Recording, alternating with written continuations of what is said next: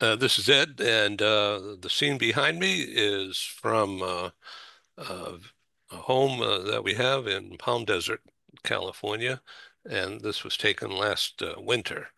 And the picture I took is my deck, and that's a part of a championship golf course behind me there. Palm Valley Country Club is the place, and that mountain is 10,000 feet. It's up right behind City of Palm Springs, the downtown village, which is about 20 miles from where I was sitting at the time. And this is just a picture, of course. So we're telling stories today, right? And so I can always talk about this place. I really love it. I'm actually in downtown San Diego in Seaport Village, which is about 160 miles south of where that picture was taken. And around 8.5 miles north of Tijuana, Mexican border, and around 100 yards to the ocean right here. So, Rigo, you're at 7,000 feet, is that right? Yeah, probably a little bit more as I live in the surroundings where there are a lot of mountains. Yeah, perhaps. I don't know in feet. I'm not very familiar with, but in Yeah, kilometers, it's almost 3,000 high. Yeah. yeah, okay.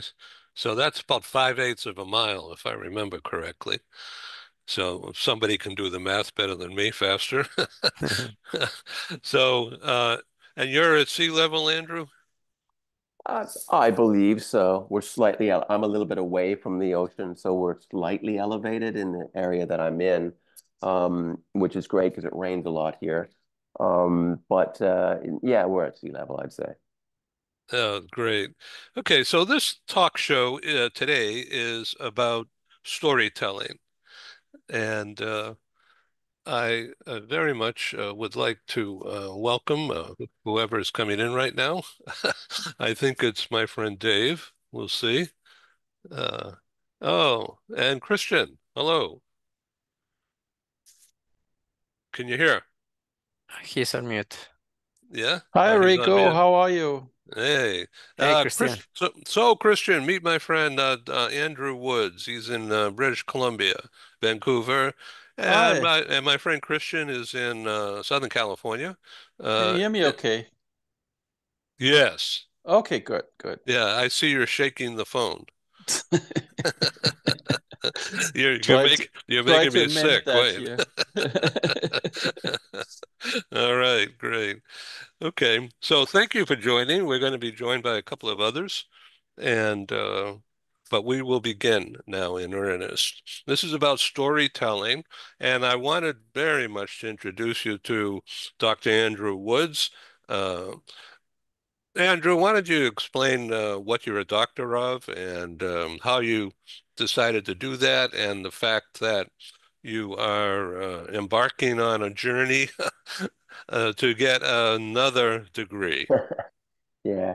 It was interesting. I was working in China and I was working in a university there, and there was a lot of I've owned multiple businesses, some of them very successful, some of them very unsuccessful. And I was teaching, entrepreneurship, but I was working with a lot of PhDs. And, I don't mean any disrespect, but the PhDs didn't have any actual practical experience. They'd never run businesses, but they were continuously talking down to me as if I didn't know Mm. what was going on in the business world. And it became almost like a conflict. So it was out of necessity to survive and just to say, "Oh, I got one too." I don't want to make light of the journey. It was fantastic. It was incredible, but it was very difficult. But I felt that there's a big disconnect in academia or in education in general between those that have the book smarts and those that have actually done it. And it's rare to have the combination of the two. So I wanted to try and be the combination of the two. So I got myself a doctorate of management studying entrepreneurship in China. So I was living in Shanghai, China, and I was investigating the management styles that were taking place in the technology space within a small group of companies, and comparing and contrasting that to North American or Western styles of management, if you will. So it was really fascinating time to be in China. They were seeing double-digit growth. You know, and it was just everything was booming. It was the time of endless opportunity. So it was just great to be there. Oh, and the second one was I'm very fascinated by artificial intelligence, and I use it a lot in my organization. So I wanted to study that. So I'm doing a doctorate in business administration, looking at artificial intelligence and implementing it into organizations. Of course, I need to narrow that down a bit, but Yeah, now great. Now Fascinating. you are teaching right now or in more than one place, if or am I confused about that? yeah, no, you're not, Ed. I teach at I teach on the MBA program at a school called University Canada West, which is it's primarily international students. It's about it's on their MBA program. I teach small business management, which is great because there's students from all over the world, so they have different perspectives. And then I teach at another school, a local school here called British Columbia Institute of Technology, and I also teach small business development, how to start your business, grow it, expand it, get capital, etc. Oh, God, it's so exciting to hear you talk about all this stuff. And so, why don't you tell the audience a little bit about your background? And what's fascinating to me is the fact that you lived in Hong Kong and Shanghai. Uh, Shanghai. I'm saying that incorrectly, aren't I? Shanghai's fine. Yeah. Okay. And you did some work for supermarket chain, right?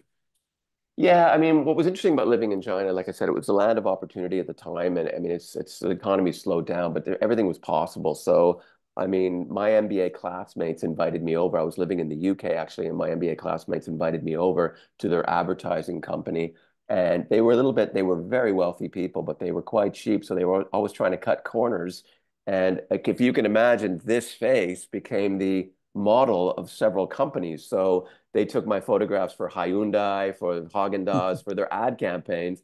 You know, so it was just a fantastic, just anything was possible. You know, we were working with Premier League clubs, football clubs, involvement in Olympic activities, and just everything was possible. It was a time of great opportunity. But yeah, I mean, when I saw storytelling and or reinventing yourself, I thought this is one I got to get involved in because there's been so many changes that either I've initiated or life has initiated for me that have sent me in different directions. Yes, I was working. My wife's family owns a chain of 150 plus supermarkets across Zhejiang province, which is one province below Shanghai. And I was helping North American companies. I was also running a training business involved with advertising. It's just everything was possible. Very hard to explain when people look at your resume, so you have to dumb that down. But yeah, there's a lot of things going on. Well, I have to tell the audience that I was a guest of yours in a book that you wrote a couple of Yes, years ago called The Audacious Ask, and it's about entrepreneurs, right? Yeah, so you certainly were. I was, and I'm still trying to play at it, but it's getting a little tricky. So I'm still doing this. So do you want to hold up that front cover or show a slide? I know you have a slide of the new book, but not of Audacious, right? Let me, am I able to share here? Yeah, I have my screen share open. Okay. So I guess you folks might want to talk about something else while I'm trying to figure out the technology here. I'm Uh, sorry, I cannot help you. okay, so let's, Yeah, just you got to click on it, I guess. yeah, let's see what we can do here. Okay, audience, Tweedledum, Tweedledee. And maybe you want to steer the conversation in another direction here. So we're welcomed in the background to my friend Dave. Hello, Dave. Welcome to the show. You're welcome to join us on camera if you wish, or if you'd like to say hello.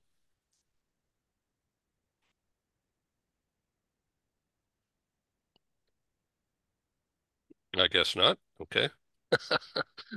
All right.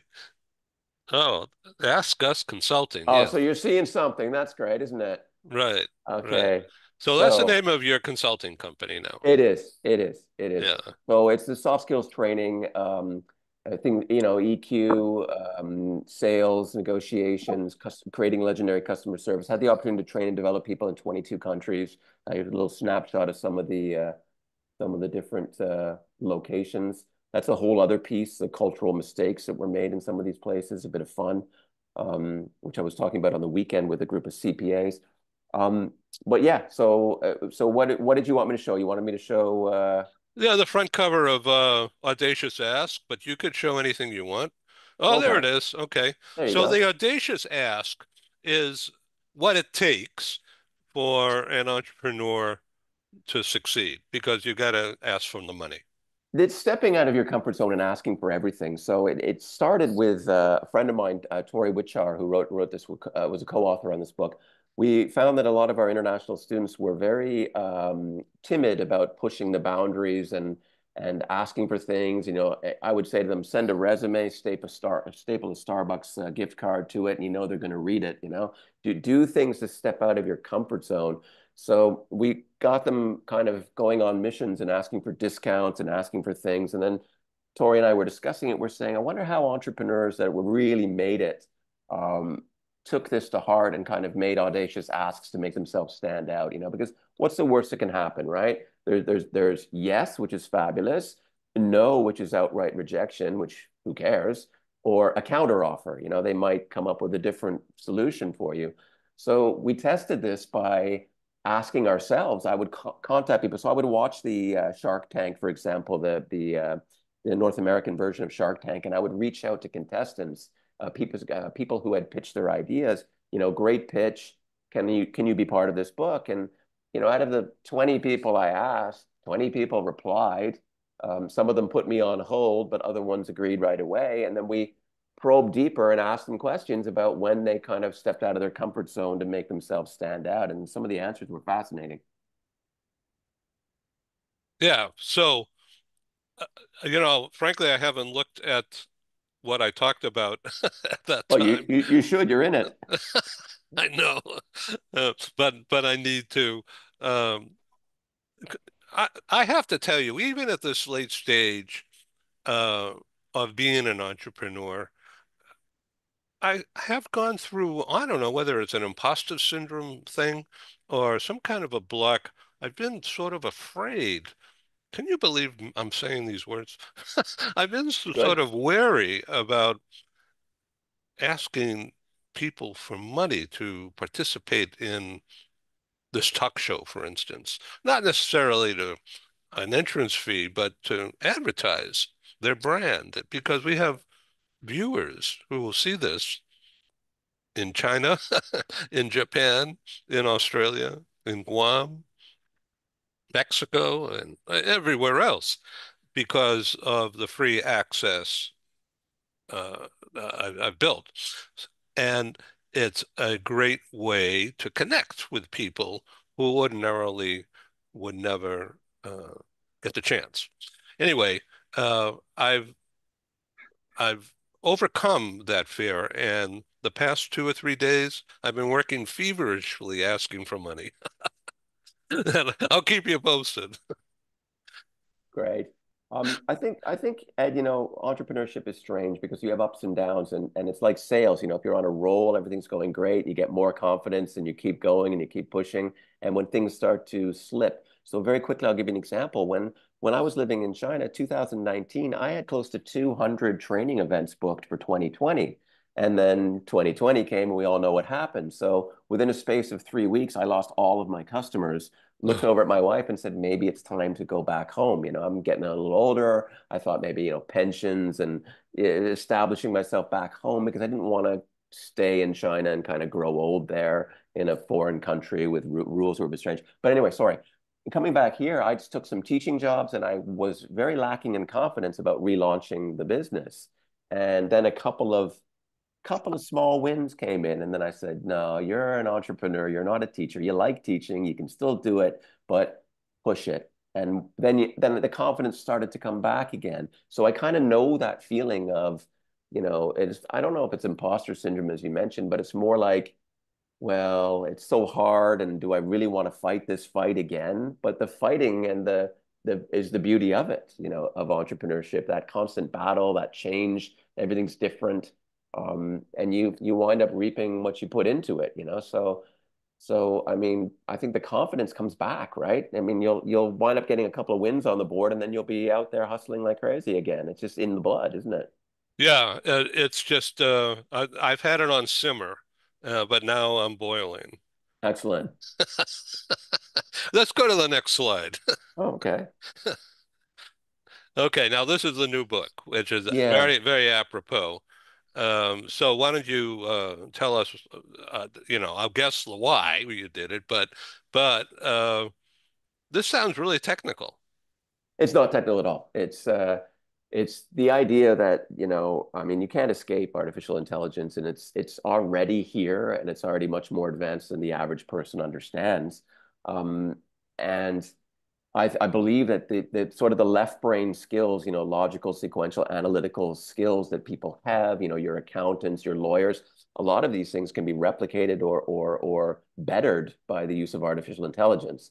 So the things that artificial intelligence can't do and probably won't be able to do in the foreseeable future is, EQ, empathy. You've missed your airplane somewhere, and you don't want someone talking down to you and telling you it's your fault. You want, which an AI might do if programmed improperly. You need that kind of human touch. So the message is to enhance your human skills if you want to be competitive going forward. So 20, 30, 40, 50 years ago, your parents maybe would push you, and this is the same in China and other places around the world I've lived, that the people would push you into left brain activities. I want my son or daughter to be an accountant, a project manager, a lawyer, an architect. And now it's more, there's a lot more need for creativity, designers that are really good. So I think that if you sharpen your soft skills in this period, which almost all of us need to do anyway, but if you sharpen your soft skills, you'll become more competitive in this new landscape. And it's a bit of So, fun, and we wrote it with some of it we wrote with the GPT that we created. So uh-huh. we created a GPT and dumped in everything we could find about soft skills and case studies that my own business has done, etc. And it spat out the answers. So it was a lot of fun kind of using technology to advance the message as well. But we clearly point out the parts that are written with the GPT and the parts that are ours so that we don't get ourselves in trouble and people, understand what we're doing. So a case like this is knowing what to ask AI to do, the prompting. The prompts, yeah, definitely. Yeah. So how did you stumble around in that, or did you have it all linear? No, I mean, it's just been teaching myself as I've been using it. I've been I mean, I've been reading about it and reading advice from people, but I've been teaching myself and analyzing what prompt created what kind of response. And it really is, it's such a wonderful tool. I tell my students all the time, I'll whack their essays occasionally into the AI checker and it'll come back, 80% AI usage. And I pull them aside and they say, AI is your friend. It can come up with the ideas, but you need that human touch. You need to make it so that's not it humanize it, take away all that robotic language. Whenever I see in papers, fostering, the word fostering used multiple times, who speaks like that? Or a conclusion that starts with in conclusion, right away I whack it into an AI checker, but AI can be your friend and it can come up with so many amazing concepts, but it still needs to be checked and double checked. And as you said earlier, the prompts used to get the true value out of it. Okay, I want to introduce you to Christian. You're doing some prompting things, aren't you, Christian? Yes, I am. And so it's nice to meet you, Andrew. And it's fascinating what you're talking about. I'm actually through Ed's show, I got into AI, which I didn't really know a whole lot about. I met a guest, Melissa Poots, who had an AI project that was offered to her that she didn't want. And I fulfilled the requirements for it, which was to have a master's in something. And it was, in my case, it's linguistics. So for the last few months, I've been employed as a contractor with a leading AI company, and I've learned to break the bot, as I call it, to write prompts so that AI would stumble. And I'm actually right now working on something that's hilarious, which is to make AI make up something. I'm asking AI to summarize a book that I know doesn't exist. Okay, interesting. And it's fascinating. If you feed it the right details, it takes those details and then starts hallucinating with those details. So yeah, I completely agree with what you said about the left brain. Just yesterday we heard from the leader of the team that AI is very good at math. That's exactly what you just said. And what I'm getting out of it for my own life and what I talk about is critical thinking is something that we need to severely focus on in our educational system, because yes, you will have people that produce essays using AI. My kids are both aware of that and have classmates that do that. But more importantly to me is teaching somebody to recognize AI when they read something. And it's language, but there's also, I compare it to food. There's a certain blandness. Yeah. It's almost like the food is there, it's physically there, and you could eat it. It's not inedible, but it doesn't taste like anything. And I find that quite a lot, that when AI starts imagining things, they're not detailed because they're imagined, right? And they sound, at first reading, they sound kind of reasonable. They sound sometimes even smart. But then you think about, what does this actually say? What does this actually mean? And the answer is nothing. It's bland. It's tasteless in that sense. Not in the sense of bad taste, but it doesn't taste like anything. Well, this is a linguistic dialogue. I love it. It's great. Well, I look at it, of course, I look at it through, my lens, which is right, being trained in linguistics, right, when I do this, which has nothing to do with my actual career in mobility, which is another thing I really like about it. I'm going back to my roots, so to speak. Interesting. Rigoberto, how does this conversation strike you? Well, there's a lot of things to learn certainly from Andrew and his book. But yeah, I think I do like the topic. I don't know many things about programming or computing, but just remembering what Andrew said in terms of, at least looking for a job. I do remember that about 20 years ago, the first job that I got, it was just by calling directly to HR. The phone was available on the web page, and you have all resources by going to the office of the company and meet directly HR without any filter. That was the methodology 20 years ago. And now you have a chatbot perhaps on AI as a first filter, and perhaps I don't know if it's the right way to say that the AI will decide if you go to the next filter or not, or if you go with humans. But just we're talking about 20 years ago, and it's like, wow, it has developed a lot. So yeah, I'm very interested, Andrew, and perhaps looking forward to read your book, mainly the last one. I need to let you know, which I didn't say, this book comes out in January, so it's not available yet, but it's on the way. Super. Yeah, that's great. So your subheadline here, soft skills, well, the major headline, soft skills in the age of AI.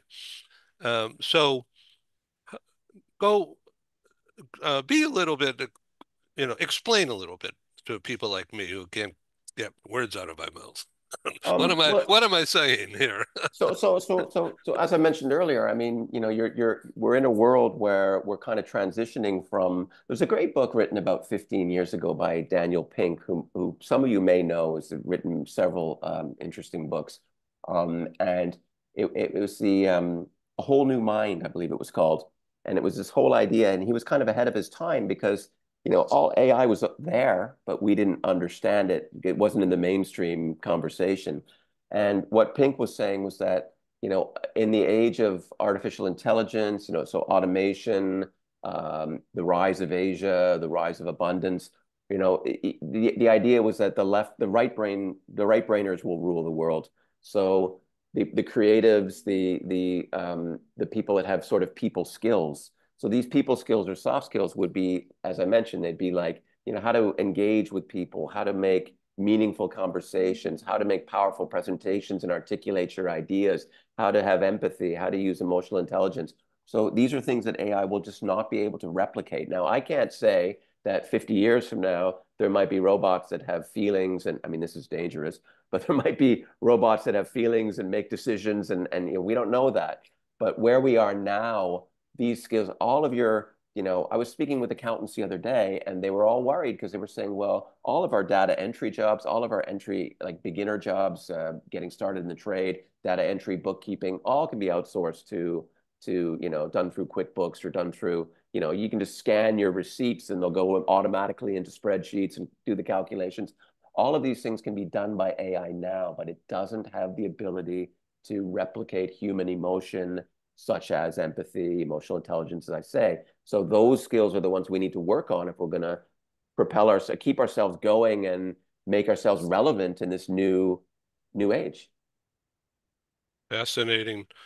Dave, if you would like to jump in and ask a question or use the chat, either way, I welcome you to become visible and let me introduce you. And if not, that's okay. So this is all about storytelling, and I welcome you, Rigoberto, to tell us about your endeavor right now. You're building a new business while also interviewing. Is that correct? Yeah, I'm doing both. Not really building a new business, just working as a freelance for the first time in my life. So it's a new chapter after almost 20 years of working for companies. Parallel, looking for jobs and learning this new way of being filtered by AI. So it's certainly a new stage in my life, but this is what I'm doing now. Yeah, that's great. And what kind of a position are you interviewing for or striving for? Yeah, well, I'm planning to go back to global mobility, Mhm. but perhaps I was thinking in uh, I have been involved in client services manager and director during many years, but perhaps this position will be absorbed at some point by AI. I have seen many, let's say, posts about that. So I think global mobility in operations or in sales is like a better way to come back and work for a company. Interesting. Okay. So Christian, what's new and exciting with you? So I'm just like Rigoberto, and thank you, Rico, for all the help that you've provided in the last few days. I'm also looking for the next thing, and right now I'm looking at entrepreneurship as well, kind of for the first time since college, I guess, when I had several part-time jobs. And I want to stay in the field of global mobility. I made that decision. But the question now is, where are my skills and where is my knowledge of use and can be monetized? And that's what I'm working on. But like I said, at the same time, I'm working on these AI projects because I'm being compensated for those. And it's very interesting to learn how it works, which I really didn't know 6 months ago. Fascinating.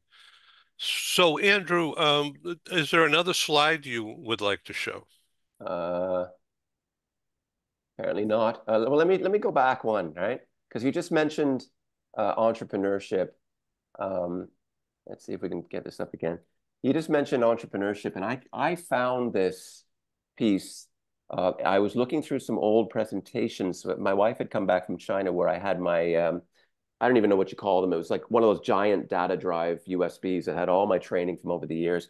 And I found this article. This article appeared in the Times, which is the sort of national newspaper of the UK. And it was about my first business, which was a training business as well. And talks about young. They called me young then, and I guess I was in the year 2000. But talking about a young North American's bid to make Britain more customer friendly. So when I arrived in the UK, I'd been living in Ireland, and then I had a great job in Italy for a while, working for Guinness Italia. Worked my way back through Europe. I was a chef by trade in my early career. Worked my way back through Europe doing what are called stages. I don't know if you're familiar with that, but Yeah. you show up at a restaurant. You say, "Hey, I'm here. I want to learn under your chef," and usually they feed you. They might give you accommodation. I guess in this day and age, it's probably a bit more dangerous now. Maybe less people are interested in doing this. But anyway, I learned the trade, got to the UK, and just was overwhelmed at how bad the customer service was. So I set up a training business, and that business evolved over 7 years to, do all kinds of other soft skills. So it's kind of like this entrepreneurial journey that has never really stopped. It has a couple of roadblocks every now and then and a couple of transitions, but here we are 25 years later, and I'm back in the soft skills training business, going back to the UK in January to deliver a series of creating legendary customer service workshops for the hospitality industry. So it kind of is gone all the way around again. But as far as entrepreneurship, I would have thought that Ed and I scared you off with our talk of sales going up and then sales going down and the ups and downs of it. But if you're into it, it's a beautiful lifestyle. Yeah, it's getting to be really busy for me. There was a Right? period of time when so slow, God, it's excruciating, I and know. what am I doing wrong? But uh, not to get weird here, but the role of self-inspection and even prayer created a pathway. And that combined with physical exercise on a daily basis and some weightlifting and swimming that I'd done, it created a pathway. And I don't know why I couldn't think of certain things, but I suddenly could. And Wonderful. and then that led to uh, uh, uh, uh, it was after COVID, because I started this in March of 20, and it took off like a rocket, uh, and then petered out, and then I reinvented my head, about what am I doing and what am I called and what do I want to be involved with, and it led to what we're doing right now, which is far more conversational, far more relaxed, less structure, unscripted, as you could tell, audience, but also stimulating. And we're not going to be boring, promise. So, Andrew, I remember when you came to Seattle. Well, you did that a couple of times, but one time we had this huge audience. I Yeah, it's part great. I partnered with this HR leader at the time, and she brought all her contacts and friends, and we filled up this amphitheater. Yeah, it was great. And I remember, so there was an audience like in a movie theater or a Broadway play, and then there was a stage, and you jumped from the floor up onto the stage. It's like you're a kangaroo. It was like whoop, and you made it, and you didn't fall, and the audience Totally. just loved it. Yeah. I think Seattle had just won the Super Bowl, right? And I remember that this was completely unscripted. But whenever you make a presentation, and it's a good thing, not a bad thing, you just have a bit of nerves. I looked at the guest list and it was quite senior, and maybe I had a bit of imposter syndrome because I'd been living in China for a while. And I thought, what are these? I kept saying to myself, what are these high-ranking people in the field of HR want to learn from me? So I had the old bum, bum, bum, bum, bum, bum, bum, going in the chest. And then I thought about it again, and I thought, well, hang on, I'm talking about my life in China, so I'm a global expert about my own life. So Mhm. so this is not a problem. So came out, and I remember coming out and saying, because I had lived in Vancouver years ago and used to visit Seattle, I said, I used to come and and watch the Seahawks play. And then it clicked in my mind. They only won the Super Bowl 2 weeks earlier. And I said, congratulations, by the way. And then they all broke out into applause. And then I thought, hey, these guys are my friends. And then it went from all the jokes clicking and everything working. And it usually works out, you know. Great audience. That was fun. I remember that event well. I mean, I've spoken at many since, but I really remember that event well. That was a milestone for for me. I think there were like 300 people there. So it was huge. Anyway, I'm going to bring this to a close in the next few minutes, but before I do that, I'd like you to take down that slide, please, so we can all be seen by the audience and as we depart. So the concept here as we bring this to a close is to want you to, all of you, to come back and let's do this again before the end of the year, sort of like a progress. I'm fortunate to be able to produce a live in-person meeting that will also have a digital or virtual component to it, and that's going to be in New York City, inside the U.S. headquarters of the bank, HSBC.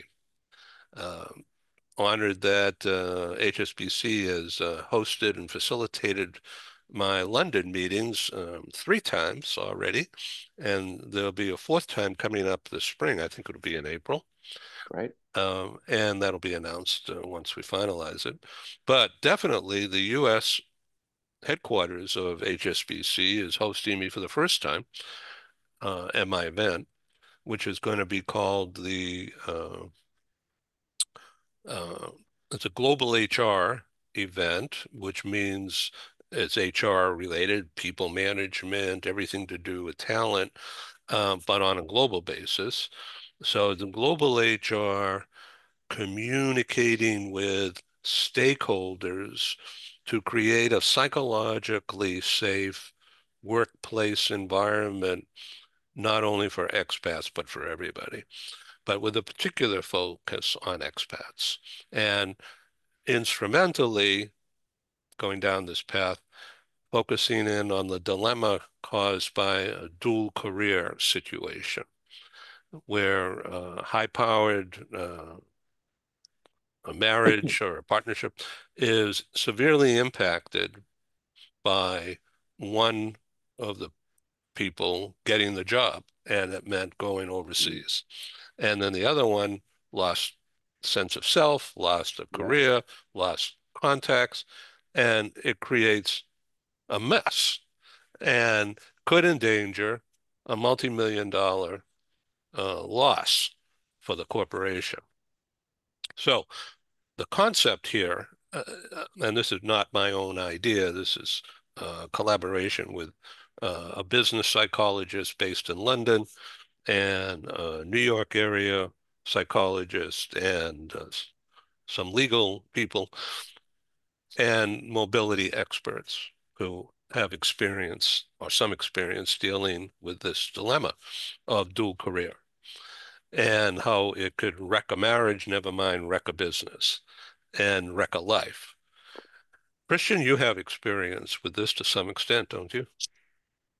Yeah, from moving people on often couples and families within the United States and all over the world. And when you said high-powered, yes, that is definitely interesting. But what I found is a lot of the so-called high-powered couples, the trailing spouse has another often self-employed activity that they can do.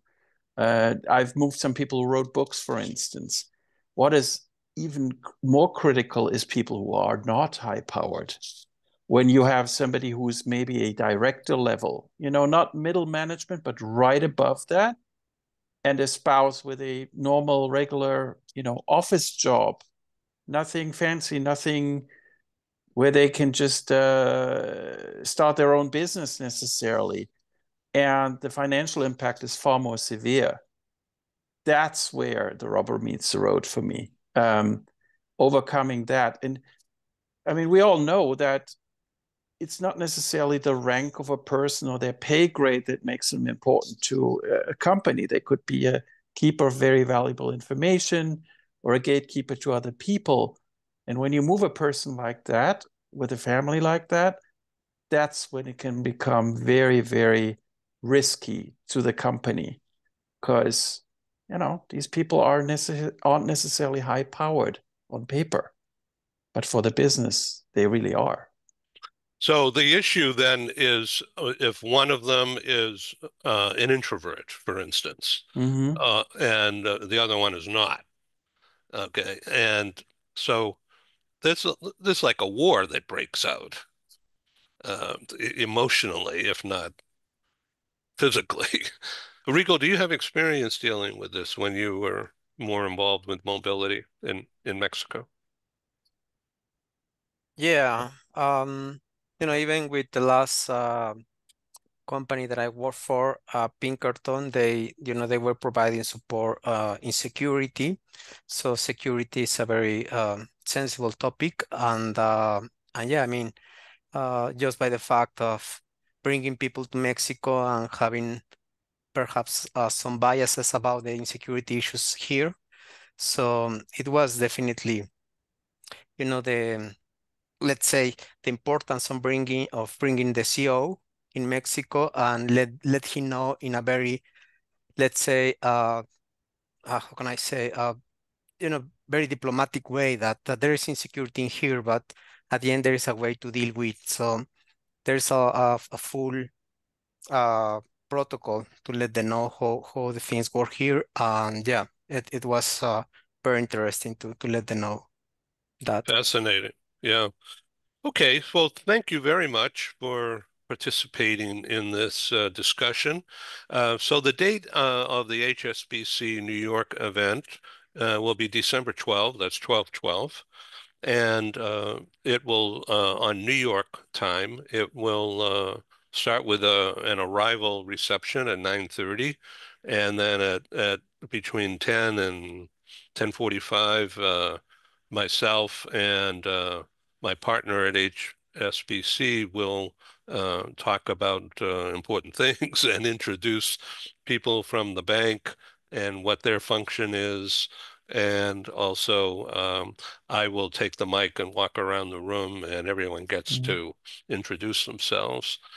And then we will have our opening keynote, which I cannot announce at this moment, but will very soon. And then we're going to have a workshop. Then we'll break for lunch, and then we have a closing session, which will be a 90-minute session of the audience-oriented discussions. And this very specific topic of psychological safety and the psychological contract that is developed between the company and the employees. Um, and the concept is to drive towards a measurable ROI for the company, equally for the employee and family. And it's not done so easily, is it, Christian? Nope, it's not. It is not easily measurable. That's already where it starts. And the more you talk to mobility people about ROI, the more you learn that there's a variety of answers as to how to measure it, or if it indeed can be measured at all. Interesting, isn't it? So anyway, we're going to have a New York-oriented discussion. You can imagine all the egos and and strengths, but I've been there, done that. My first Mhm. New York meeting was in 1991, and at that time, my partner, major partner, was the accounting firm KPMG, and they hosted us in their offices on Park Avenue. So it was nice and interesting when we come into New York for this event on 12/12. That evening is the holiday party that KPMG is going to host. So it'd be like going home. It's really going to be an interesting time. So thank you for being on Global TV Talk Show. I will try to process this show during the day today and get it sent to you by the end of the day. hopefully. Thank you. Thank you very much, Okay. Ed. Thanks, Thank Ed. you. Thank you. Nice Nice meeting you all. meeting Thank you, you. Andrew. Thanks, Likewise. Rico. Thank you You so guys. much. Bye. Thanks. Bye. Bye-bye. Bye. Thanks.